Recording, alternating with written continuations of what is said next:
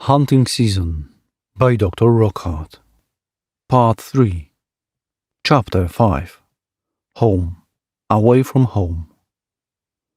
Adira gasped loudly, crawling back until she accidentally destroyed her house of sticks. She was now vulnerable to whatever was outside, and death felt closer than ever. "I'm not going to hurt you."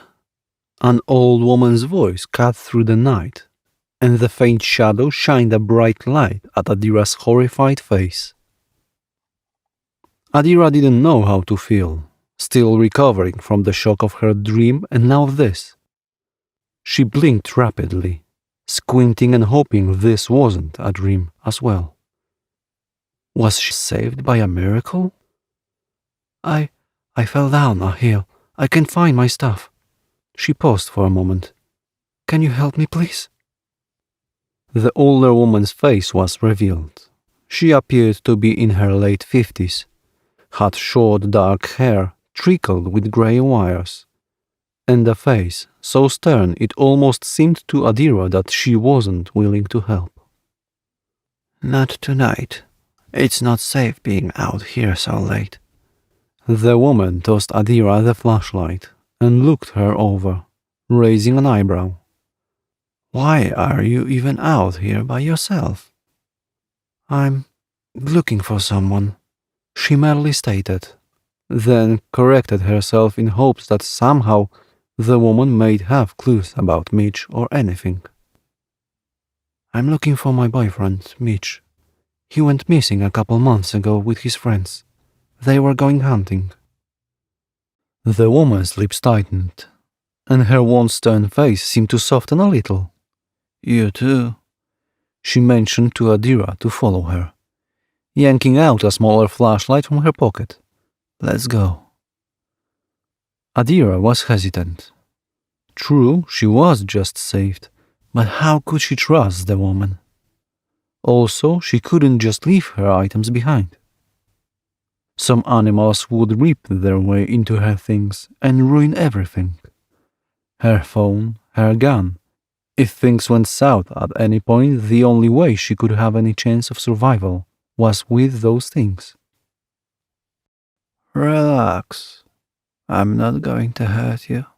The woman seemed to read her mind. "I've been looking for my son for over a month now. He went in here with some hikers. Never made it out." The silence was deafening, and Adira felt guilt as she looked at the woman's hands shake slightly. "I'm sorry. My name's Adira, by the way. Maybe we can help each other out." Her companion didn't speak for what seemed like ages, until she stopped and turned with a flicker of hope in her eye. "I'm Jane." She resumed her walk. "There's a few of us living inside the campground just ahead. We are all looking for our loved ones." Adira was surprised to hear this, and her heart fluttered with hope. Perhaps someone there knew something about her boyfriend, his friends, anything. She began to speed up, walking in sync with Jane. "There's a group of you guys just out here? Do you all go home some days, or?" "We live here now. Gave up our lives outside of the forest. Not that we had any to begin with when we lost our family." She paused, pointing at a distant light just behind a sea of trees. "That's where everyone is. You're welcome to stay with us for tonight, then continue your search on your own. That's only if you don't feel comfortable with us." Adira was quick to respond. I'll stay with you guys, if that's okay." Jane nodded silently. For the remainder of their walk, the two were silent. Adira's mind was racing, however. She had taken 2 weeks off of her work, telling her boss she was going to a family wedding. She would stay for 2 weeks only, then ask the people for help to get back to the parking lot. Surely she was bound to find some clues by then, There's only about a handful of us. Jane broke the silence. About 6 in total. We had a few more, but they went back home. Couldn't find any sign of their loved ones. All they did, and that was that. Jane shined her light upon a small trail of rocks, aligned with stakes and small lanterns spread apart. She motioned towards the entrance of what could only be a camp. Inside were cabins spread out, a small playground, and a large fire pit. There were about 3 people sitting around it, turning when they noticed the upcoming two. Adira nervously followed behind Jane, giving a quick wave to 2 women and an older man. They seemed nice, understanding why she was there to begin with. Jane explained anyways, saying she found Adira when out searching for food. This is Adira. She's staying with us. Her boyfriend is missing along with his companions. Tomorrow morning we have to help her find her things. I can only stay for 2 weeks. Sorry for the hassle, but I'm ready to help. Adira piped in, welcomed with kind smiles. She can sleep in the cabin next to mine, Jane. It's been empty since Joshua left. Adira thanked them for their kindness and was quickly escorted to a cabin on the outer edge of camp. Jane forcefully pushed open the door of a rather old and dusty-looking structure. Inside, there was one thin mattress with a single blanket sitting on the top of a wooden bed. A bathroom and shower were readily available as well, to which Adira was eternally grateful. She wanted to thank Jane for everything, but the other cut her off before she could open her mouth.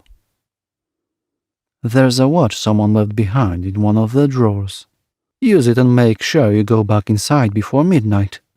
There's things out here that are best to be avoided.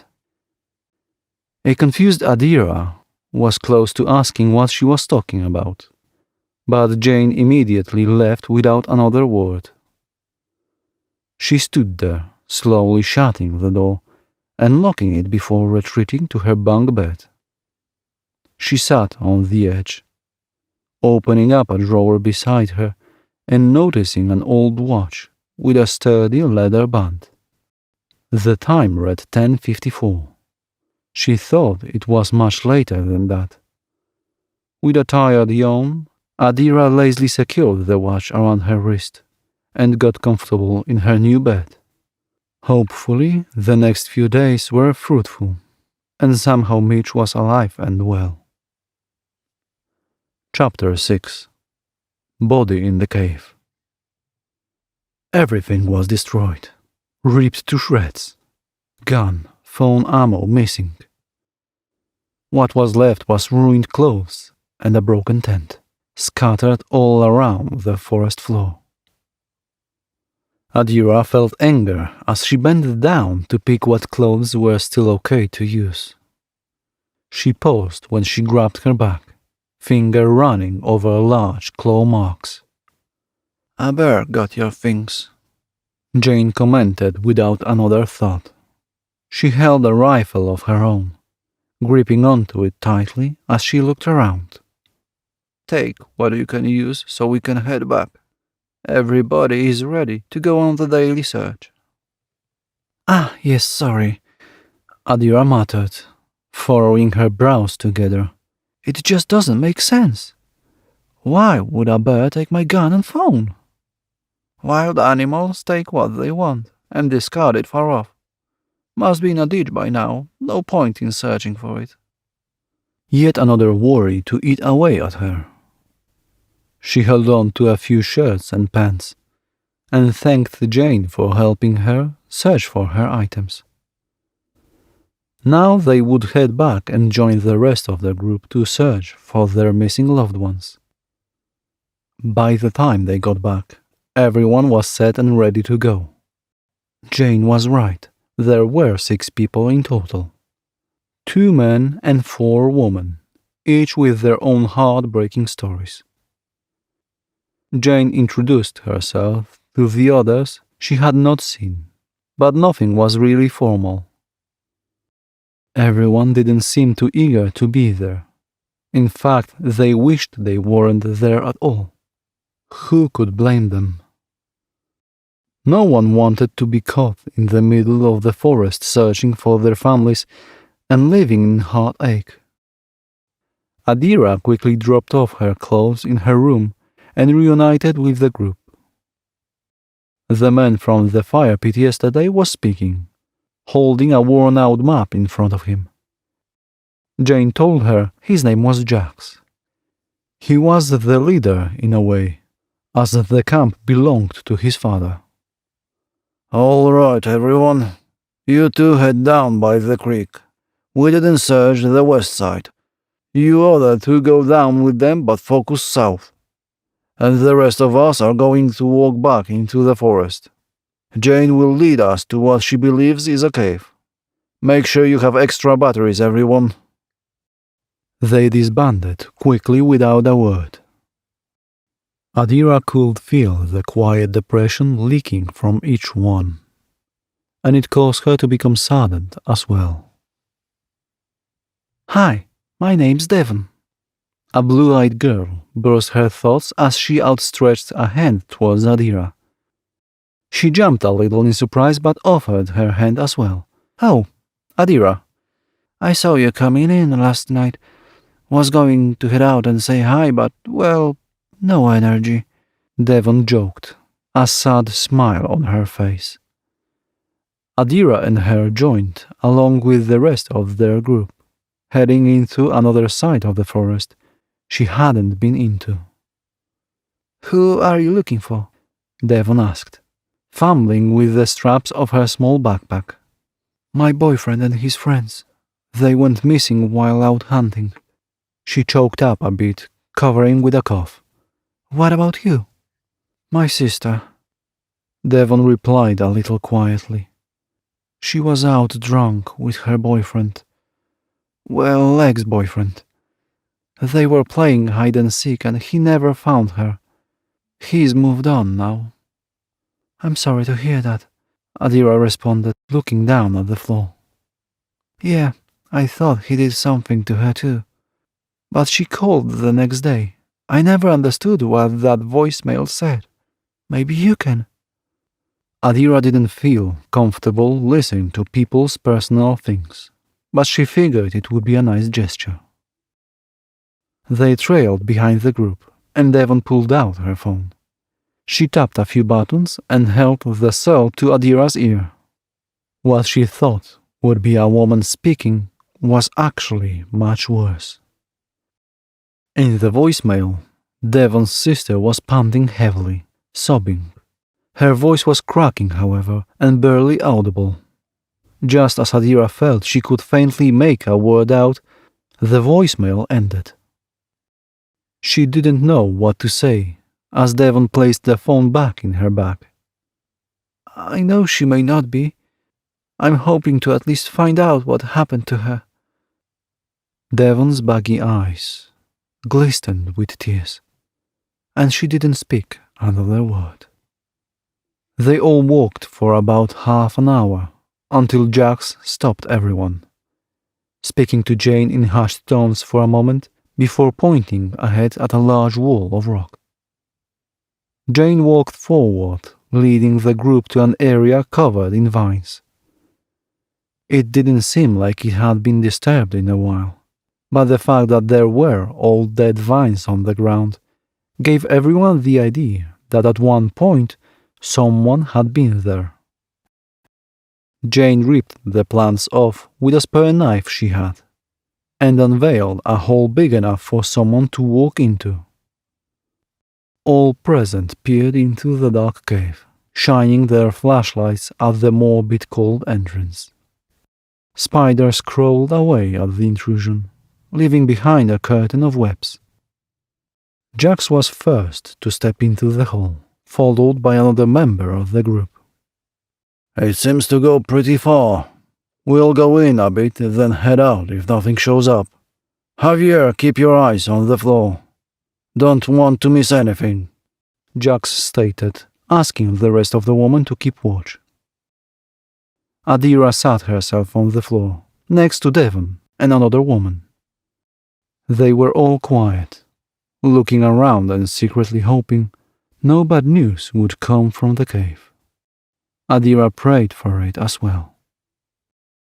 Time passed, but no later than 10 minutes the two men came out. Both faces were sheer white as Jax hurried to Jane and whispered in her ear. Everyone knew something was amiss. They began to crowd around the leader. Adira stayed put as she nervously chewed the inside of her mouth. Jax ignored the questions and instead spoke over everyone. He inhaled sharply, nodding to Javier, who went back inside. This time, he had his bag with him.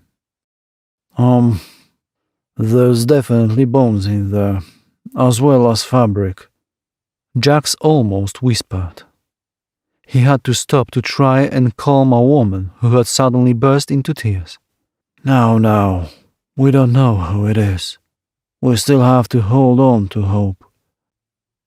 Adira was nervous this time as well.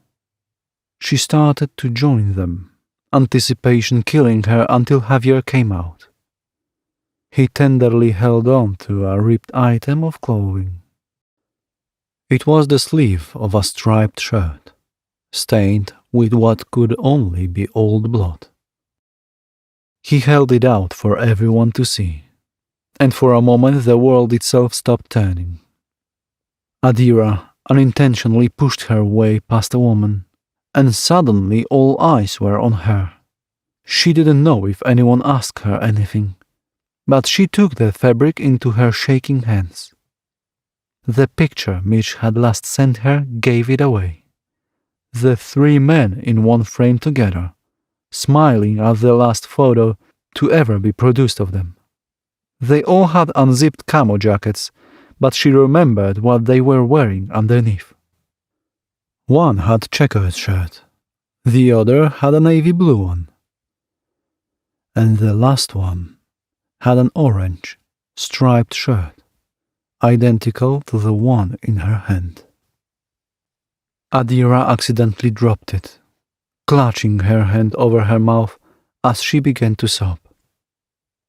Devon held on to her, crying as well, and the rest of the group became silent. It belonged to Conrad, Mitch's best friend since birth, and he was dead. Thank you for listening to Part 3 of A Hunting Season by Dr. Rockhard.